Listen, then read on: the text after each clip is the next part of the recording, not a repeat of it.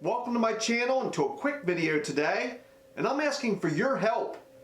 Why is my Browning trail camera scaring deer? Now, Browning makes a lot of different makes and models of trail cameras. I have the model BTC-7.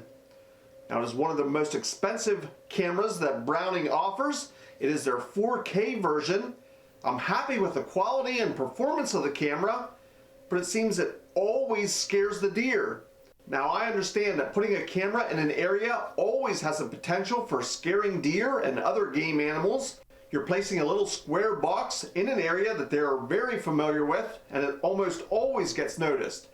That's no exception with any of my trail cameras. What I do find interesting or unusual about this Browning trail camera, usually after a couple of months of having the camera in the same spot, the animals get used to it, especially the deer. Now, they may still get curious when they see the camera, they might come up and sniff it, but what I am noticing with this trail camera, the deer are scared. Nearly without fail, as the deer see the camera, they either take off running or cautiously avoid the area that the trail camera's in. Now, I have example after example of this happening, and as I already mentioned, this camera has been in one location for nearly 4 months now, and still the same results. As the deer get close to the camera, they always notice that the camera is recording, and more often than not, they get scared, sometimes running away from the trail camera. Now, we could talk for weeks or months about no flash versus low glow, 850 IR versus 940. Now, this particular model is the low glow. It's an 850 IR, so it is not invisible flash. But from my experience with many other trail cameras, that doesn't necessarily make it a bad camera or that it'll spook the deer. I have countless other cameras that are the 850 IR flash, and as I mentioned, after a period of time, the deer seem to get used to the camera being there, and they really don't pay it much attention, or if they do, they're just curious by the camera. Again, in my particular case, or from my observations, the deer are actually scared of this Browning BTC-7.